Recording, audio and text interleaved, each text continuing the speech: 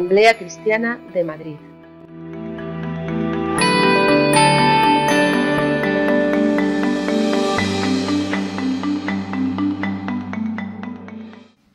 Vamos a leer en el libro de Esther, que está en el Antiguo Testamento, en un capítulo que es realmente el centro de lo que podemos considerar no solamente el mensaje, sino el propio libro. Es el capítulo clave para poder entender Esther. Es el capítulo 6. Dice así la palabra de Dios.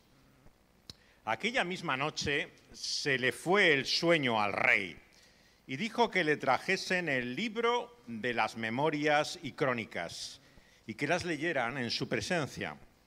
Entonces hallaron escrito que Mardoqueo había denunciado el complot de Bigtam y de Teres, dos eunucos del rey de la guardia de la puerta que habían procurado poner mano en el rey Asuero. Y dijo el rey: ¿qué honra o qué distinción se hizo a Mardoqueo por esto? Y respondieron a los servidores del rey, sus oficiales, a él: nada se ha hecho con él. Entonces dijo el rey: ¿quién está en el patio? Y Amán había venido al patio exterior de la casa real para hablarle al rey, para que hiciese colgar a Mardoqueo en la horca que él le tenía preparada. Y los servidores del rey le respondieron: he aquí, Amán está en el patio. Y el rey dijo que entre. Entró pues Amán y el rey le dijo: ¿qué se hará al hombre cuya honra desea el rey? Y dijo Amán en su corazón: ¿a quién deseará el rey honrar más que a mí? Y respondió Amán al rey: para el varón cuya honra desea el rey, traigan el vestido real de que el rey se viste, y el caballo en que el rey cabalga, y la corona real que está puesta en su cabeza.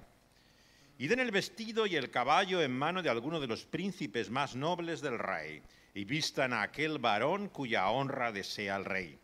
Y llévenlo en el caballo por la plaza de la ciudad, y pregonen delante de él: así se hará al hombre cuya honra desea el rey. Entonces el rey le dijo a Amán: date prisa, toma el vestido y el caballo, como tú has dicho, y hazlo así con el judío Mardoqueo, que se sienta en la puerta real. No omitas nada de todo lo que has dicho. Y Amán tomó el vestido y el caballo y vistió a Mardoqueo y lo condujo a caballo por la plaza de la ciudad e hizo pregonar delante de él: así se hará al varón cuya honra desea el rey. Después de esto Mardoqueo volvió a la puerta real y Amán se dio prisa para irse a su casa. Apesadumbrado y cubierta su cabeza, contó luego Amán a Zeres su mujer y a todos sus amigos todo lo que le había acontecido.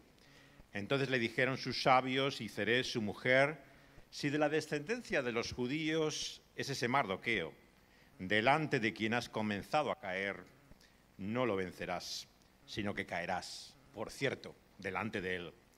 Aún estaban ellos hablando con él cuando los eunucos del rey llegaron apresurados para llevar a Amán a ese banquete que Esther había dispuesto.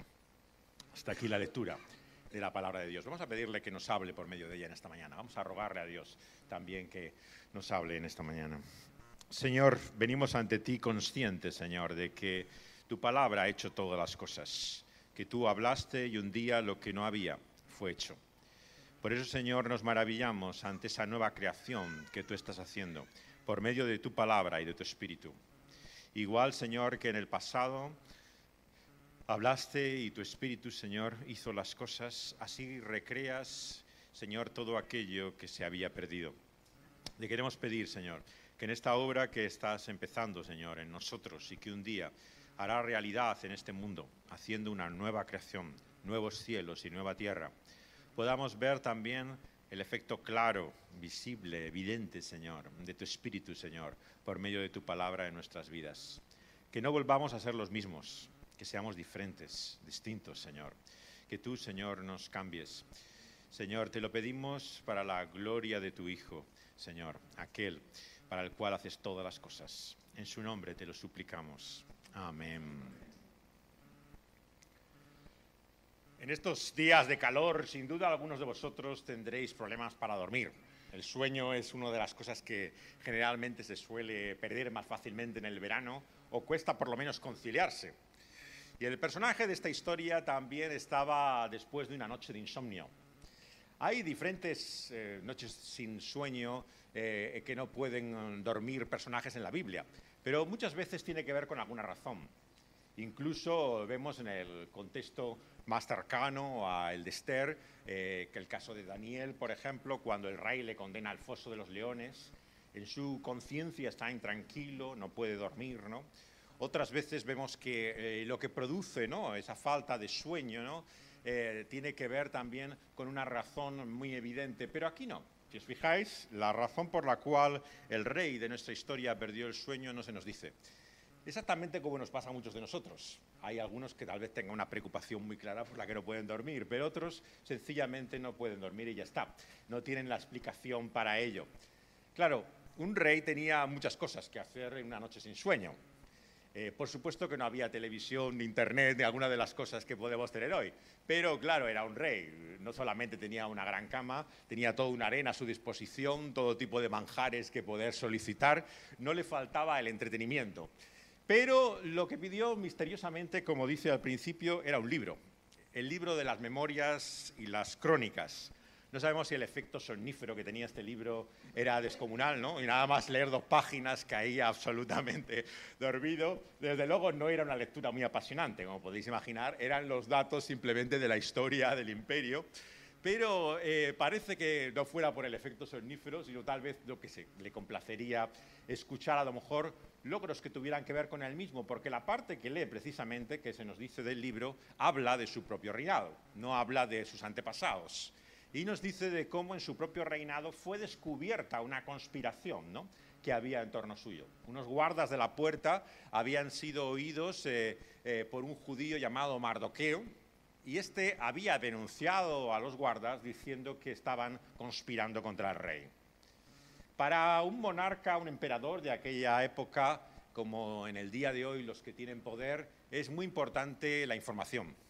Los servicios de inteligencia sabéis que son los que manejan de alguna forma las decisiones que los políticos hacen, porque es clave cuando estás aislado en el poder, no tienes contacto con la gente normal. Tú no sabes lo que ocurre, lo que dice, ¿no? Y es clave los informadores, las personas que te digan lo que está pasando, lo que está ocurriendo, lo que dice la gente. Por eso es que nunca desperdician costes, ¿no?, y esfuerzo en conseguir información. Y toda información se premia. Y esto es lo que hacían también los emperadores de la antigüedad. Al delator, sobre todo, al traidor, se le recompensaba por ello. Y se le recompensaba bastante apreciadamente. Pero en este caso, misteriosamente, como a veces pasa en la vida, tampoco hay una explicación de por qué a Mardoqueo no se le recompensó.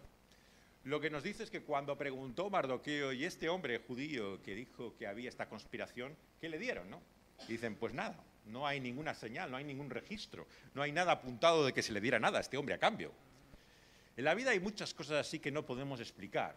En cierta forma podemos intentar adivinar lo que puede ser el transcurso de los acontecimientos, pero hay cosas que ocurren que no entendemos. Y sin duda que Mardoqueo fue el primer perplejo en ver que no había recompensa alguna por lo que había dicho. Pero así fue, pasó desapercibido lo que había hecho para el rey y para el monarca. En esta historia de Esther estamos en un contexto que no es tan lejano al nuestro. Aun ocurrido hace tanto tiempo, estos sucesos nos muestran a la realidad de estos hombres y mujeres como Esther y Mardoqueo, que pertenecían al pueblo judío, que había tenido la revelación de Dios, que se había mostrado quién era ese Dios creador para ellos y que quería tener una relación con ellos. Pero las vicisitudes que leemos en estas 3 primeras cuartas partes de la Biblia, que es el Antiguo Testamento, es que fue aquello lejos de ser una historia maravillosa. Aunque Dios se había revelado desde el principio a aquel hombre Abraham, había formado de aquella familia un pueblo, la realidad es que ese pueblo no era el más celoso y fiel realmente de los pueblos que un Dios pudiera encontrar. Vemos que se olvida una y otra vez de ese Dios, se vuelve a otros dioses, es la historia constantemente de la atracción de la idolatría, de los ídolos y los dioses. Y finalmente, en la última parte del Antiguo Testamento, están condenados a este exilio, en una tierra en la cual ya Dios no se conoce. Y el exilio es un lugar muy complicado, muy difícil de entender, pero en el cual la Escritura y el Nuevo Testamento también lo utiliza para mostrar que es donde estamos nosotros, cada uno de nosotros. Estamos en una realidad que tal vez no somos los primeros responsables. Hay un pecado original, hay una realidad de la cual no somos nosotros los primeros responsables, pero estamos aquí, ¿no? En un mundo roto, en un mundo en donde nada es lo que debiera ser. Y en ese hemos nacido y en ese vivimos. Y en ese mundo Dios es un extraño, tanto como en el libro de Esther. Sabéis que el libro de Esther, muchos de vosotros conocéis, que es conocido porque el nombre de Dios no es mencionado en ni una sola de las páginas y versos de este libro. Muchos se han preguntado, claro, ¿qué sentido tiene este libro en la Biblia? Un libro que no habla de Dios, cuando la Biblia es la palabra de Dios.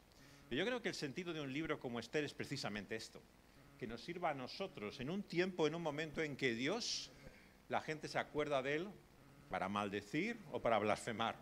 Es alguien ajeno, desconocido, nadie sabe ni realmente le interesa saber qué es lo que hay detrás de ese nombre o esa palabra de Dios. Vivimos en un mundo como en el de Esther, en el cual Dios ya no cuenta. Y el dilema de estos hombres y mujeres, de Esther y de Mardoqueo, es muy semejante al nuestro. Y es por eso que al pensar cómo podemos comunicar, ¿no?, este mensaje del Evangelio, transmitir la fe en este mundo, tenemos que colocarnos en la situación también de Esther. Es un mundo sin Dios. Sin Dios no porque Dios no esté ahí, sino porque Dios no es reconocido, no es confesado, no es adorado. Ni siquiera, y esto es lo importante de Esther, por su propio pueblo. Claro, en la historia del exilio encontramos otro libro, que es Daniel. Y Daniel es todo lo contrario. Es una historia de testimonio fiel, valiente, heroico, ¿no? ¿Cuántas veces se ha dicho de ser como Daniel, ¿no?, del valor de aquellos hombres, los propios varones que encontramos también en el horno de fuego, que se enfrentan a la prueba? Pero no nos engañemos, ni Mardoqueo ni Esther eran Daniel ni sus compañeros. Esta gente no estaba solamente metida en el sistema, es que estaba hasta el cuello. Realmente lo primero que leemos al abrir el libro de Esther es que le dice Mardoqueo: no se te ocurra decir ni una palabra, le dice a Esther, de dónde vienes ni quién eres. Por lo tanto, aquella familia que estaba en medio de este contexto pagano, si algo tenía claro, es que lo que ellos creyeran o pensaran de ese Dios tenían que guardárselo para sí mismos. Desde luego no tenía ningún sentido hablar de ello en público. Y lo único que iba a traer era problemas. Así que Esther había sido instruida por Mardoqueo en este sentido. Pero los acontecimientos cambian y Mardoqueo se ve abocado a un momento en el cual está en amenaza y peligro su propio pueblo. Él está en una hostilidad con un hombre llamado Amán. Amán, por su familia entendemos, pertenece a un pueblo también que estaba en conflicto con los judíos desde tiempos antiguos. Y había una hostilidad, una enemistad entre ellos muy fuerte. Y esta fue la línea que no quiso cruzar Mardoqueo. Todos tenemos una línea que decimos hasta aquí, ¿no? Y para él era Amán. Todo lo que representaba para él era odioso y por lo tanto no estaba dispuesto ni a respetarle, ni a reconocerle, ni a hacer el menor gesto de señal de honra para él. Lo que sí haría para el rey o el emperador o reconocía en el sistema, no lo quería hacer para Amán. Y claro, este hombre se convirtió en su mayor enemigo. Una y otra vez buscaba constantemente la desgracia, no solamente de Mardoqueo, sino de su pueblo. Y se encuentra así en este centro del libro, que es el capítulo 6, en este momento en el cual ya hay una amenaza ya no solo para él, sino para todo su pueblo, en el cual pueden ser raídos finalmente del imperio, ¿no? Y no solamente en esa ciudad, ¿no?, sino en todo el mundo donde al que tenía el poder, ser finalmente destruidos. Hay una tensión. Estamos en un momento en el cual cuelga de un hilo su vida y depende de ese esfuerzo último que le pide a Esther que haga. Y Esther, lo que vemos hasta este punto es que parece dar vueltas constantemente. Está a punto siempre de decirle al rey: mira lo que pasa, ¿no? Pero claro, ¿qué ocurría si decía lo que pasaba? Primero se desvelaba, salía del armario, decía quién era. Y claro, eso no es fácil. No es fácil porque tu vida jugaba de ello. Si realmente se desvelaba que ella era del pueblo judío, el problema lo tenía ella, no lo tenían solamente ellos. Por lo tanto, constantemente vemos cómo parece retrasarse el momento, ¿no?, en el cual intercede, como le dice Mardoqueo, por su pueblo. Muchos piensan que el texto central de Esther no es este, sino que es otro en el cual Esther le dice a Mardoqueo que si perezco, que perezca, ¿no? Estas palabras famosas. Sin embargo, yo creo que ese no es el texto central. Porque si leéis el contexto realmente de esas palabras, es bastante reticente. Esther se ve llamente en una esquina por Mardoqueo y le dice, bueno, si tú no quieres decir nada, no pienses que vas a salirte con la tuya. Y literalmente le advierte, de que no solamente no está la salvación en sus manos, sino que además ella misma finalmente va a sufrir las consecuencias. Y entonces dice las famosas palabras, de si perezco que perezca. Por lo tanto, yo creo que la historia realmente no es ni de Esther ni de Mardoqueo, sino del Dios que no se nombra en toda ninguna de las páginas de este libro, de aquel cuyos hilos invisibles están detrás de cada escena, del autor que en el guión ni siquiera se identifica, de aquel realmente que parece absolutamente ausente y que sin embargo está totalmente presente. Y por lo tanto nos habla de ese Dios invisible, que está hoy también aquí con nosotros, no solamente en este local, sino fuera de él. Y esto es tan importante de entender, a la luz del libro de Esther, que creemos en aquel que no vemos, que no tenemos una evidencia por nuestros sentidos, pero que está ahí, tan cierto y seguro, a pesar de que no se le nombre ni se le mencione en ningún sitio. Y claro, lo sorprendente de este capítulo, como veis, es que el giro que da el cambio de acontecimientos en Esther no se da ni por la acción de Esther, intercediendo delante del rey, ni por Mardoqueo y su enfrentamiento con Amán. Se da por aquel que no se menciona, el innombrado, que habla, inquieta y deja sin descanso aquella noche al rey y emperador. Y nos habla, por lo tanto, de quién es nuestro Dios. Un Dios que no está sujeto y limitado a nuestras acciones y esfuerzos. Y esto es tan importante entender a la luz de la fe que nos muestra la palabra de Dios. Nuestro Dios no depende de nosotros. Nuestro Dios es tan grande que puede hablar a cualquiera, incluso a un monarca pagano como era este. Y lo hace de la forma más sorprendente. Y esto es lo interesante de este capítulo. Podía haber hecho un milagro, una señal realmente extraordinaria, pero lo que hace es quitarle el sueño, algo que no podíamos calificar en el sentido de lo maravilloso, Simplemente está intranquilo, no puede dormir, Y se le viene a la mente, por medio de la lectura de un libro, no de una forma sobrenatural, los hechos de lo que ocurrió con Mardoqueo. Y al venirle a la mente, piensa, ¿y qué se ha hecho con este hombre? Y viene el nombre de Mardoqueo a su cabeza. Exactamente como Dios todavía sigue obrando en hombres y mujeres, en un mundo en el cual no se le nombra. Dios tiene el poder para llevar a la mente de las personas, más allá incluso de nuestros propios actos y palabras, la realidad de quién es Él. Y tiene una gran ironía. Claro, la Biblia sabemos que, aunque a muchos no le parece, tiene también un gran sentido del humor, Y esta escena yo creo que es una escena magistral, En el diálogo que parece realmente de sordos, entre Mardoqueo, entre el rey, y la figura que viene aquí de Amán a reclamar la cabeza de Mardoqueo, hay un tremendo malentendido, Es como estas películas de comedia, que veis que hay dos personajes, que cada uno entiende una cosa distinta, y se produce el enredo, El enredo por el cual cada uno está pensando una cosa y finalmente tú, que sabes en tercera persona lo que pasa, te hace gracia precisamente la confusión que se produce, Y incomprensiblemente aquella mañana aparece de temprano en el patio, parece ser que no era la costumbre de Amán estar, Y tiene un propósito, claro, ha venido esa mañana para pedir la cabeza de Mardoqueo. Y se encuentra con que el rey escucha su sonido. No sabemos si le habría desvelado el sueño, la horca que estaban levantando, pero era lo que estaban haciendo. Realmente estaban preparando la muerte de Mardoqueo por orden de Amán. Y él viene ya a pedirle el decreto, el acta en el cual finalmente pueda ser ejecutado, Y llega tan imbuido en sí mismo, como tantas veces somos nosotros, tan inmersos en nuestras propias ideas, proyectos, ambiciones, que sencillamente no oye ni entiende lo que está diciéndole el rey, Y le hace esta tremenda pregunta, ¿Qué hará el rey, aquel a quien desee honrar, aquel varón o hombre al que quiera reconocer? Y claro, nos lo dice el texto. ¿Qué había en la mente de Amán? Obviamente a nadie más podía reconocer y honrar que a él. Porque esa es nuestra propia historia. Estamos realmente tan inmersos en nosotros mismos, ¿no? Tan encantados de conocernos, ¿no? Tan realmente llenos de nuestras ambiciones, proyectos, que no cabe a veces ni otra persona más en la cabeza. Somos nosotros los únicos que contamos.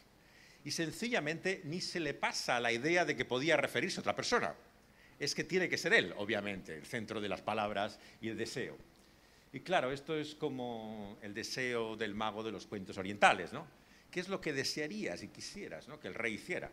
Claro, se deshace a continuación en todos aquellos deseos que desvelan, como en una radiografía, la realidad de lo que había en su corazón. La gente ambiciona el poder por diferentes razones. A veces hay interpretaciones un poco simples, ¿no? Mucha gente dice, no, lo que quiere es el dinero.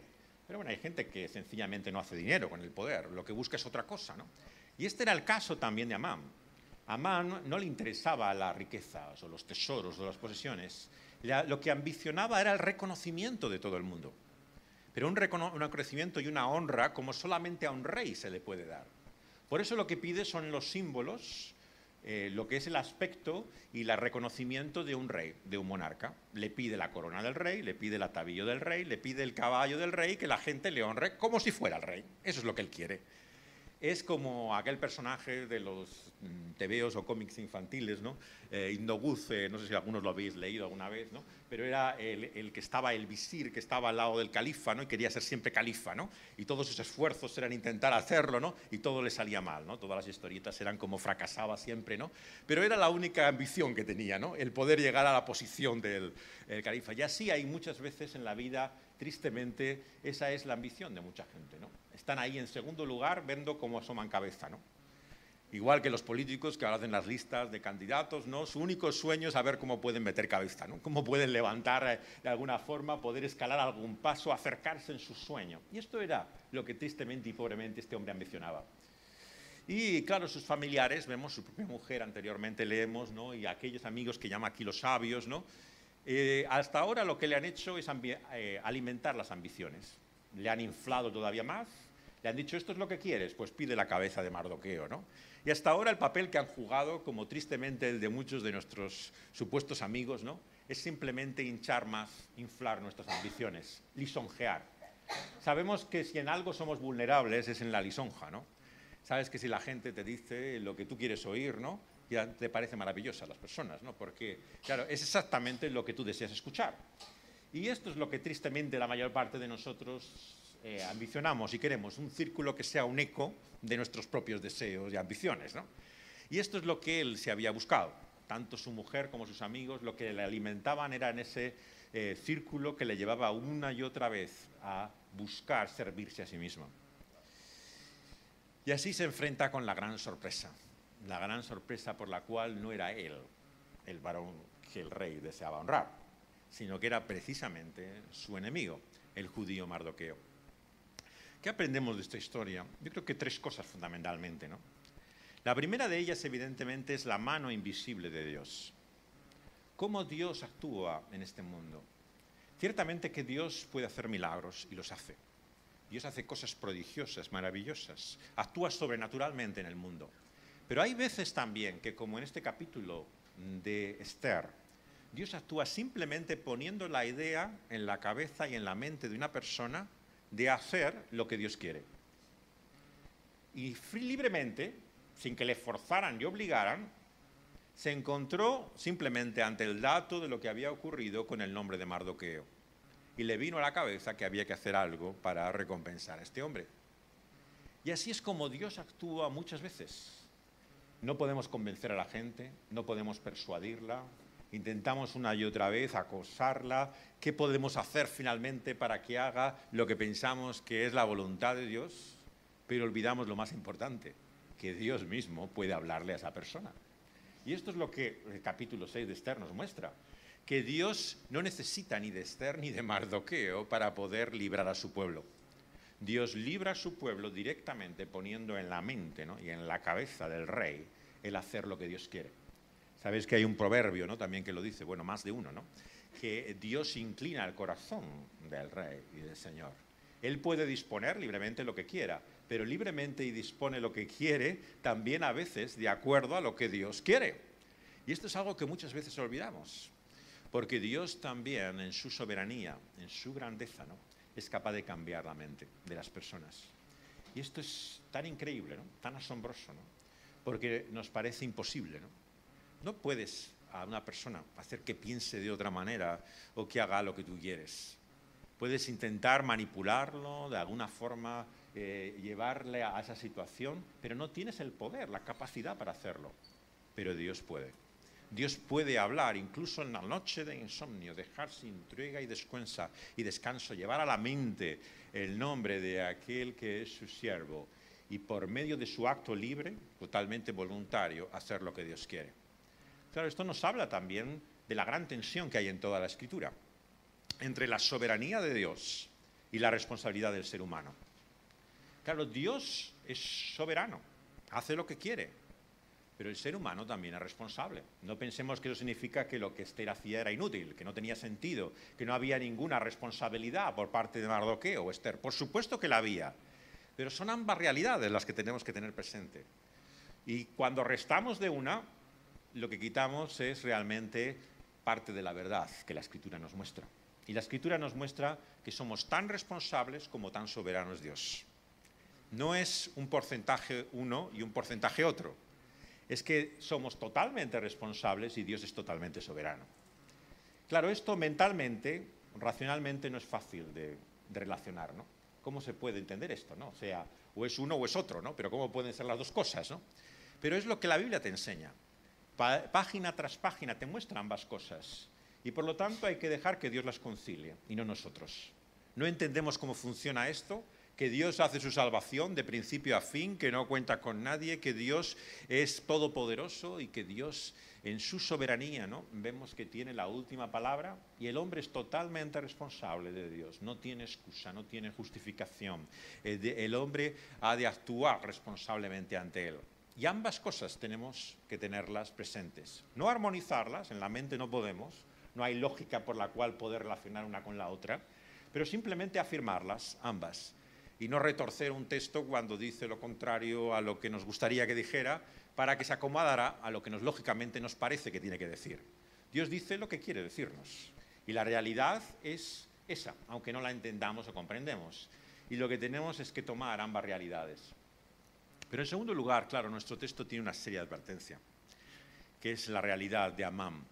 Amán puede tener su vida, sus sueños, sus ambiciones, sus ilusiones, y de un momento a otro, cuando menos lo piensa, exactamente en la ocasión y el tiempo que Dios ha determinado, puede ser que sea demasiado tarde, que sea su caída.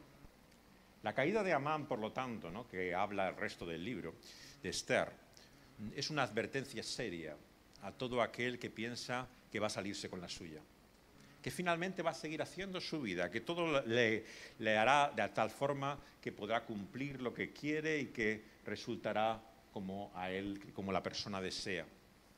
Evidentemente que hasta ahora esa era la experiencia de Amán. Él era el segundo detrás del rey, tenía la posición privilegiada, ese era el hombre más poderoso, ya no solamente sobre esta ciudad o sobre su reino, sino sobre todo el imperio. Pero igual que Dios le había puesto ahí, Dios le hace caer hasta lo más hondo, hasta perder su propia vida, leemos en este libro. Por lo tanto, hay una seria advertencia, porque nos muestra hasta qué punto no podemos confiarnos en pensar que siempre vamos a tener los recursos y la manera para poder salirnos con lo que queremos. No sabemos qué le había llevado a esa ambición o a ese deseo que tenía Amán constantemente de llamar la atención. Todos lo tenemos, ¿no? Venimos a este mundo en cierta forma con ese deseo de, si no de destacar, por lo menos de que la gente te tome en serio, se fije, ¿no? Desde que somos niños, ¿no?, y estamos en la escuela o con nuestros amigos, lo último que odiamos, ¿no?, es que la gente te vea raro, ¿no?, que no te parezca que eres uno como los demás quisieran, ¿no? Y todo nuestro empeño es acomodarse a lo que la gente quiere que seamos, ¿no? Y una y otra vez incluso aparentamos, pretendemos ser otra cosa de lo que somos simplemente, ¿no?, para poder de alguna forma destacar, ¿no? La adolescencia, claro, es un periodo en el cual todos hemos vivido esto de una forma enfermiza, ¿no? Como uno hace los más tremendos esfuerzos por llamar la atención, ¿no? Porque la gente se fije que estoy aquí, ¿no? Que yo también existo, que no soy invisible para los demás. Y claro, tanto en nuestro aspecto externo, visiblemente, físicamente, como en todo lo que hacemos, no decimos, lo que queremos es constantemente, como una señal de neón, llamar la atención. Oye, que estoy aquí, fíjate en quién soy yo. Y todas nuestras palabras van encaminadas a esto. Es así de predecible. Pero tristemente muchos parecemos adolescentes perpetuos, ¿no? Y ya sabes que todo lo que dicen, no hay palabra, no hay cosa realmente de lo que hagan que no busque más que su propio interés. Puedes leer fácilmente todas sus intenciones y voluntad simplemente escuchándoles. Sabes, como en el caso de Amán, lo que quieren. Que todo detrás de todo lo que te digan, de todo lo que te propongan, de todos sus comentarios, no hay más que una cosa e intención, que ellos mismos. Es lo único en que piensan, lo único que les interesa y lo único que les motiva. Así de patéticos somos en la vida. Hacemos cualquier cosa simplemente por servirnos a nosotros mismos, por querer ser los primeros, como Amán, y no estar siempre en un segundo lugar. Y la advertencia aquí es seria, trascendente, ¿no? Nos dice que ese Dios invisible, todopoderoso, igual que nos ha puesto ahí, nos puede hacer caer. Y que ahora te vaya bien en la vida, que puedas tener un trabajo, que puedas gozar o disfrutar de ciertas cosas, no significa nada si tu relación con Dios es como la de Amán, buscándote a ti mismo y no a Él. Porque Dios puede hacer que caigas, igual que te ha puesto donde estás. Y en este sentido, claro, como toda palabra de Dios, tiene también una palabra de advertencia que debemos tomar en serio y considerar. Pero en último término, y es en lo que quiero centrarme, porque creo que esta es siempre la vocación y el llamado de la predicación del Evangelio. Creo que el tercer punto de todo sermón es siempre aquel varón y hombre al que Dios desea honrar. Y ese no somos ni tú ni yo, sino el Señor Jesucristo. Es aquel que, viniendo a este mundo, precisamente a hacer la voluntad de su Padre, el Rey, no recibió como Mardoqueo la corona y las señales de su gloria. Una corona de espinas, desnudado, vilipendiado, insultado, despreciado. La gente no le aclamaba ni le daba glorias, sino gritaba: crucifícale, crucifícale. En aquel sendero de vergüenza y de humillación, camino de la cruz, se desveló el Rey de Gloria para nosotros. Aquel que incluso en esta vida, en este mundo, había contado momentos en que los cielos se abrían y se escuchaba la voz diciendo del Padre, como en su bautismo o en la transfiguración: este es mi Hijo amado, en quien tengo la complacencia. En aquella terrible oscuridad de la cruz, lo que se oyó era la voz suya, diciendo: Dios mío, ¿por qué me has abandonado? Y nos muestra cómo ese Dios invisible, que nos ha dado este tiempo en su gracia, nos revela quién es Él por medio de ese hombre. Ese varón que Dios desea honrar, nos lo ha mostrado siendo el Señor de gloria en toda su vergüenza y humillación, para que nos demos cuenta que lo que no es nada para los hombres, lo que es miserable y despreciable para este mundo, sin embargo es todo para Dios, su amado Hijo. Y por lo tanto nos llama a mirar por medio de la fe, con los ojos que su Espíritu nos da, para descubrir la realidad de su gloria en aquel que fue objeto de nuestra vergüenza, que cargó con nuestro pecado en aquel madero, en nuestro lugar. Y como todo texto, el Señor Jesús y el apóstol Pedro nos dice del Antiguo Testamento, nos habla también de Cristo Jesús. El Señor Jesús, sabéis que aquellos discípulos camino de Maús, cuando se revela a ellos, le muestra con la palabra abierta, ¿no? Como toda escritura, ¿no? Tanto la ley, los profetas como los escritos hablaba de él. Y nos dice el apóstol que habla de él de dos formas. Dice Pedro que nos habla de sus sufrimientos y de la gloria que vendrá. Por lo tanto, no hay pasaje del Antiguo Testamento, no hay parte de esta primera parte de la Biblia que no se refiera a una de las dos cosas, a la realidad de su humillación y a la realidad de su gloria. Y hay veces como este pasaje, ¿no?, que encontramos elementos de ambas cosas, de su humillación y de su reconocimiento. Porque el protagonista de este libro no es Mardoqueo, ni es Esther, sino es Dios anunciando aquel que ha de venir, aquel que el rey se propone reconocer y darle toda su gloria y ponerle en su trono sobre todas las cosas. Y nos dice en primer lugar que se humillará, que se mostrará en vergüenza delante de los hombres. Será un escándalo, una locura para el mundo, una piedra de tropiezo. Y por lo tanto el mensaje de la cruz, no nos engañemos, no solamente no impresiona, sino que es despreciable. Nadie quiere a un rey y a un Dios que muestra su poder en su debilidad. Pero esto es como Dios también se ha complacido en este tiempo, mostrarnos la realidad de quién es Él. Dios y su fuerza se muestra muchas veces en nuestros momentos de más fragilidad, de mayor vulnerabilidad. ¿Por qué? Porque es el Dios que se revela como el crucificado que reina sobre todas las cosas. Y nos muestra que Él precisamente desvela su poder por medio de nuestra humillación y nuestra vergüenza. Por eso incluso a veces, aunque en los medios de comunicación, aunque en la sociedad el cristianismo sea despreciado, el cristianismo sea ridiculizado, no pensemos con esto que ha fracasado nuestro esfuerzo, porque Dios se muestra en su realidad como se presenta a nosotros en Cristo crucificado. Seremos despreciados como Él fue despreciado. Seremos humillados como Él fue humillado. Seremos avergonzados como Él ha sido mostrado en su vergüenza. Por lo tanto, cuando la gente nos rechaza, cuando nos desprecia, cuando nos odia, cuando dice tantas cosas malas en contra nuestra, nos dice la palabra apostólica, pensamos y debemos entonces considerar que somos dignos de recibir el menosprecio que nuestro Señor ha recibido. Veámoslo como un privilegio, el poder ser humillados como Él fue humillado, ser avergonzados como Él ha sido avergonzado.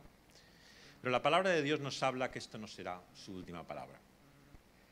Igual que toda escritura nos habla de Cristo en su humillación, nos habla también de Él glorificado, reconocido. Y aquí nos muestra también cómo finalmente ni Amán ni ninguno de los señores de este mundo tiene la última palabra, ni siquiera el príncipe de este mundo. El que ha sido vencido en aquella cruz, aplastado finalmente, aunque haya mordido su calcañar, la serpiente antigua ha sido de tal forma golpeada por esa cruz que lo que tiene son los últimos estentores antes de su muerte. El príncipe de este mundo está todavía ahí, pero tiene sus días contados.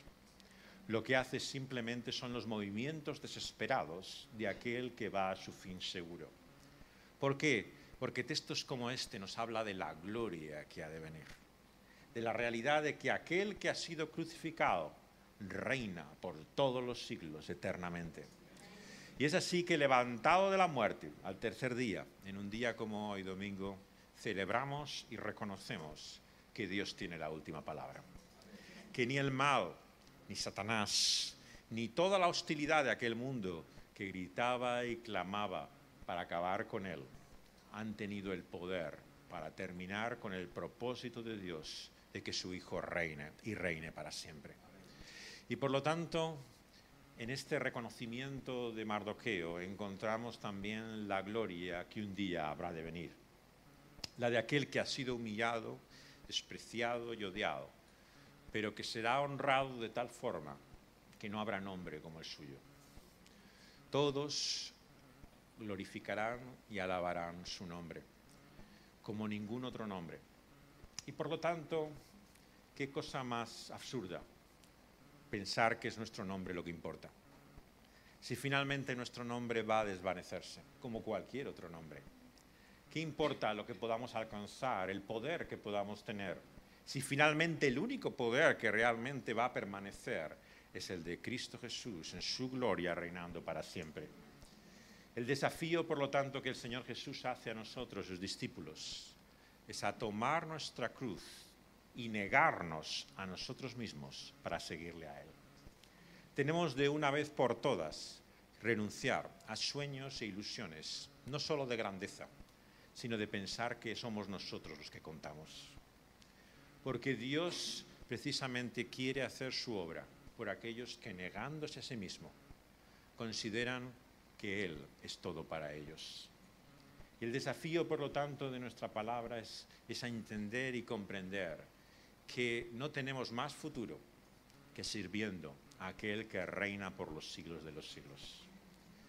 No hay otra parte del Antiguo Testamento que más se cite en el Nuevo que el Salmo 2. El segundo Salmo es el pasaje que más referencias tiene en toda la enseñanza que encontramos, tanto de los Evangelios como de los escritos apostólicos. Es un salmo extraño, ¿verdad? Salmo 2 nos habla de cómo Dios mira desde la altura los esfuerzos del hombre conspirando contra él y su propósito, ¿no? Y describe lo ridículo, ¿no? Lo absurdo. Habla de la risa de Dios, ¿no? De cómo Dios se ríe desde lo alto, ¿no? En el empeño de esa humanidad de quitarle de por medio. Y acaba con esas tremendas palabras, el Salmo 2, de advertencia por un lado: mirad lo que hacéis, porque no tenéis futuro. Si resistís, si continuáis actuando en contra del Hijo y de su poder, caeréis, tan cierto como está anunciado en su palabra que Dios hará. Pero si os humilláis, si honráis, si reconocéis a Cristo Jesús, entonces lo mejor está aún por venir. Porque es su reino el que permanece para siempre. Y nos coloca en este salmo ante esta opción que encontramos también aquí.